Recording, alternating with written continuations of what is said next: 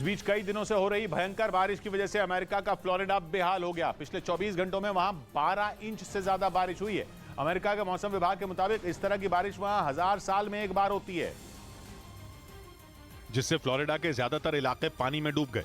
लेकिन सबसे ज्यादा नुकसान फोर्ट लॉडरडेल शहर को हुआ। वहां से आई एक तस्वीर में बारिश का पानी एक इमारत के बेसमेंट में तेजी से भरता दिखा। देखकर ऐसा लगा जैसे बिल्डिंग में कोई नदी घुस आई हो। यही नहीं, पानी भरने की वजह से शहर के एयरपोर्ट को बंद कर दिया गया। एयरपोर्ट की जो तस्वीर सामने आई उसमें पानी से भरे एक रनवे पर एक विमान खड़ा दिखा। इसी तरह की एक दूसरी तस्वीर में शहर की सड़कों पर लोग बोट चलाते नजर आए। वहां के ज्यादातर मकानों में बारिश का पानी घुटनों तक भरा दिखा। ड्रोन से रात में ली गई एक तस्वीर में पानी से भरी एक सड़क पर कई गाड़ियां फंसी दिखाई दी।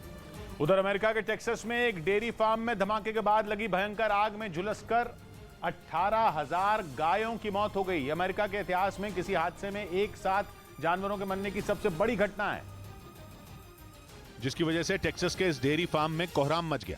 आग इतनी भयंकर थी कि उसकी लपटें और धुएं के गुबार को कई किलोमीटर दूर से भी देखा जा सकता था। धुआं तो इस कदर फैला जैसे वहां कोई ज्वालामुखी फटा हो। काले धुएं ने कई एकड़ में फैले इस डेयरी फार्म को पूरी तरह ढक लिया, जिसके बाद दमकल की कई गाड़ियां वहां भेजी गईं। आग बुझाने वाली टीम के कर्मचारियों ने कई घंटों तक कड़ी मेहनत की। बाद में जब फार्म के अंदर से गायों के शवों को निकालने का काम शुरू किया गया तो लोगों के होश उड़ गए, क्योंकि वहां 50 या 100 नहीं बल्कि 18,000 गायों की मौत हो चुकी थी। अमेरिका में इतनी बड़ी संख्या में एक साथ कभी भी जानवरों की मौत नहीं हुई, जिससे टेक्सास के इस सबसे बड़े डेयरी फार्म को भारी नुकसान पहुंचा। वहां एक गाय की कीमत $2,000 यानी भारतीय रुपयों में 1,60,000 से भी ज्यादा है। जबकि वहां लगी भयंकर आग ने 18,000 गायों की जान ले ली। अमेरिकी मीडिया के मुताबिक किसी उपकरण में धमाका हुआ और उसी की वजह से आग लग गई, जो देखते ही देखते पूरे फार्म में फैल गई। उस वक्त ज्यादातर गायों को दूध निकालने के लिए बाड़े में बांध दिया गया था। इसी वजह से उन्हें भागने का भी मौका नहीं मिल सका। इस दौरान वहां का एक कर्मचारी भी आग की चपेट में आ गया। हालांकि दमकल कर्मचारियों ने उसे सुरक्षित बाहर निकालकर अस्पताल भिजवा दिया। आग को जब तक बुझाया गया तब तक उस डेयरी फार्म की 90% गायें झुलस चुकी थी। यह आंकड़ा अमेरिका में रोजाना मरने वाली गायों की संख्या का करीब 3 गुना है। इधर कर्नाटक के डिप्टी सीएम रहे लक्ष्मण सावदी ने बीजेपी छोड़कर कांग्रेस का दामन थाम लिया। लक्ष्मण सावदी टिकट नहीं दिए जाने से नाराज थे और इसी नाराजगी की वजह से उन्होंने 2 रोज पहले बीजेपी से इस्तीफा दे दिया था, जिसके बाद इस बात की चर्चा तेज हो गई कि वो कांग्रेस में शामिल हो सकते हैं, और ये बात सच भी साबित हुई। लक्ष्मण सावदी कर्नाटक कांग्रेस के अध्यक्ष डीके शिवकुमार के साथ सिद्धरमैया से मुलाकात करने उनके घर पहुंचे। थोड़ी देर की बातचीत के बाद लक्ष्मण सावदी, डीके शिवकुमार और सिद्धरमैया बाहर निकले और खुद सिद्धरमैया ने लक्ष्मण सावदी के कांग्रेस में शामिल होने का ऐलान कर दिया। 100% authenticate will be given to Saudi. He is contesting on Congress ticket. Siddaramaiah ने जिस अथनी सीट का जिक्र किया उसी सीट को लेकर लक्ष्मण सावदी ने बीजेपी के खिलाफ मोर्चा खोल रखा था, क्योंकि बेलगावी की अथनी सीट से वो 3 बार विधायक रह चुके हैं, लेकिन पिछली बार वो हार गए थे। लेकिन इसके बाद भी वो पूरी ताकत से इसी सीट के लिए दावेदारी ठोक रहे थे। हालांकि बीजेपी ने इस सीट पर दूसरे उम्मीदवार को खड़ा कर दिया, जिससे नाराज होकर बीजेपी की पहली लिस्ट आने के तुरंत बाद लक्ष्मण सावदी ने पार्टी छोड़ने का फैसला कर लिया, क्योंकि पहली लिस्ट के 189 उम्मीदवारों में उनका नाम ही नहीं था। साथ ही अथनी सीट भी उनसे छीन ली गई थी। इसी वजह से उन्होंने बीजेपी की दूसरी लिस्ट का इंतजार तक नहीं किया। हालांकि बीजेपी की 23 उम्मीदवारों की दूसरी लिस्ट से भी लक्ष्मण सावदी का नाम गायब था, जिसके बाद उन्होंने कांग्रेस का हाथ थाम लिया। लक्ष्मण सावदी येडियुरप्पा सरकार में 2019 से 2021 तक डिप्टी सीएम रहे। इसके साथ ही उन्होंने कर्नाटक के परिवहन मंत्री के रूप में भी काम किया। हालांकि बीजेपी ने लक्ष्मण सावदी के कांग्रेस में जाने को जरा भी भाव नहीं दिया। कांग्रेस पार्टी में औकात पता चल जाएगी। कांग्रेस पार्टी दरवाजे के बाहर बैठाने वाली है। बीजेपी ने दावा किया कि लक्ष्मण सावदी अथनी से लड़े तो फिर चुनाव हार जाएंगे। उधर बेंगलुरु में पुलिस ने एक ऑटो से 1 करोड़ रुपए बरामद किए। वहां अगले महीने विधानसभा चुनाव के लिए मतदान होना है, जिसकी वजह से पुलिस ने सख्ती बढ़ा दी। वहां चेकिंग के दौरान पुलिस ने एक ऑटो से 2 बैग बरामद किए, जिनमें 1 करोड़ रुपए रखे हुए थे। इस मामले में 2 लोगों को हिरासत में लिया गया। पुलिस को शक है कि ये रकम वहां चुनावों में इस्तेमाल करने के लिए लाई गई, इसलिए पुलिस पकड़े गए दोनों लोगों से पूछताछ में जुट गई। इस बीच चीन और मंगोलिया के बीच मौजूद गोबी रेगिस्तान से उठा रेतीला तूफान चीन में लोगों का दम घुटने के बाद थाईलैंड, जापान और दक्षिण कोरिया में भी पहुंच गया, जिसके बाद दक्षिण कोरिया की राजधानी सोल को धूल और रेत के गुबार ने इतनी बुरी तरह अपने चंगुल में ले लिया कि तस्वीरों में बड़ी बड़ी इमारतें तक धुंधली नजर आईं। पूरे के पूरे शहर का आसमान रेतीले तूफान की गिरफ्त में दिखा। एशिया के इस हिस्से में हर साल रेतीले तूफान आते हैं, क्योंकि वसंत के इस मौसम में गोबी रेगिस्तान में तेज हवाएं चलती हैं, जिसकी वजह से उनके साथ उड़ी धूल और रेत चीन की राजधानी बीजिंग से लेकर उत्तर पूर्वी चीन पर कब्जा जमा लेती है और वहां से कोरिया प्रायद्वीप तक पहुंच जाती है। लेकिन गोबी रेगिस्तान से ज्यादा तापमान और कम गर्मी की वजह से ज्यादा रेतीले तूफान आ रहे हैं। इधर जम्मू कश्मीर के उधमपुर में बैसाखी उत्सव के दौरान एक पुल अचानक गिर गया। इस घटना के बाद वहां अफरा तफरी मच गई और लोग पुल के नीचे दबे लोगों को निकालने के लिए भागने लगे, लेकिन पुल के दोनों तरफ पानी होने की वजह से उसके नीचे दबे लोगों को निकाल पाना मुश्किल था। घटना की जानकारी मिलने के बाद पुलिस और राहत बचाव दल की कई टीमें वहां पहुंच गईं, जिसके बाद रेस्क्यू ऑपरेशन चलाकर पुल के नीचे फंसे लोगों को निकालने का काम शुरू किया गया।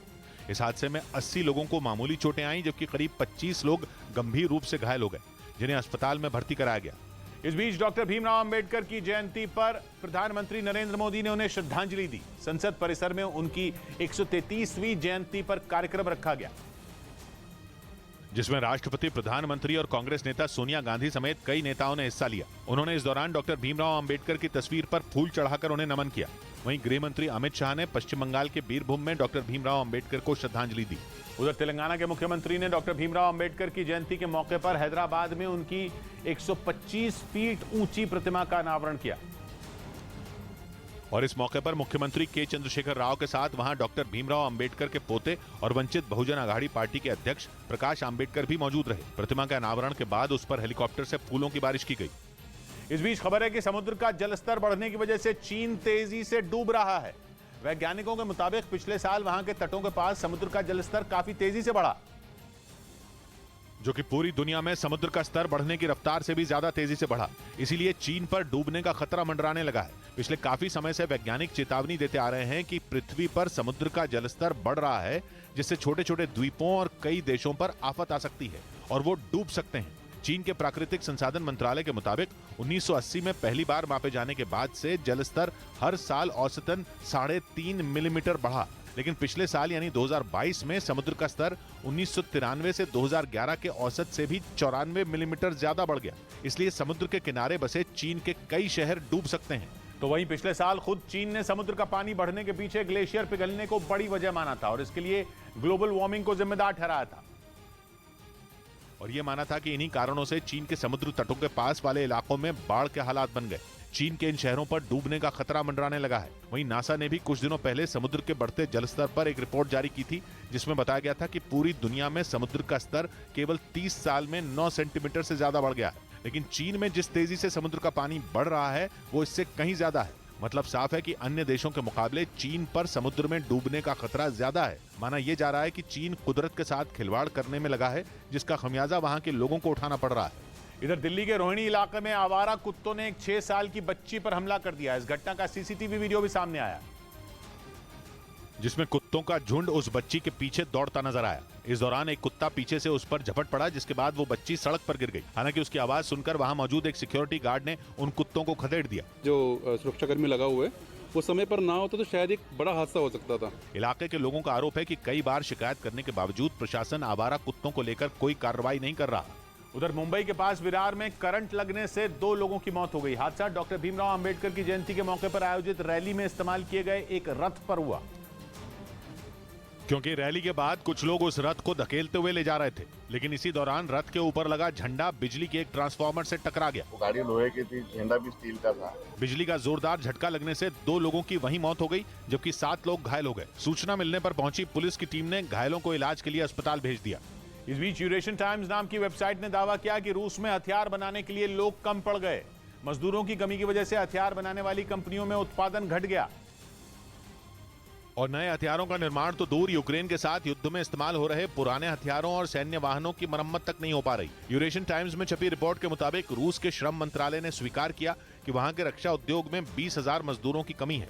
बड़े पैमाने पर पलायन और भारी संख्या में सैनिकों की भर्ती को इसकी बड़ी वजह बताया गया। कई एक्सपर्ट का मानना है कि मजदूरों की कमी का यह आंकड़ा 2023 के खत्म होते होते 50,000 तक पहुंच सकता है। यानी इस साल के अंत तक रूस के हथियार बनाने वाली कंपनियों में मजदूरों की कमी पुतिन की टेंशन बढ़ा सकती है, क्योंकि 14 महीने से जारी जंग का अंत फिलहाल होता नहीं दिख रहा और अगर युद्ध चलता रहा तो रूसी सेना को बड़ी संख्या में हथियारों की जरूरत होगी। यही वजह है कि पुतिन हथियारों के लिए कभी शी जिनपिंग तो कभी उत्तर कोरिया के शासक किम जोंग उन की ओर देख रहे हैं।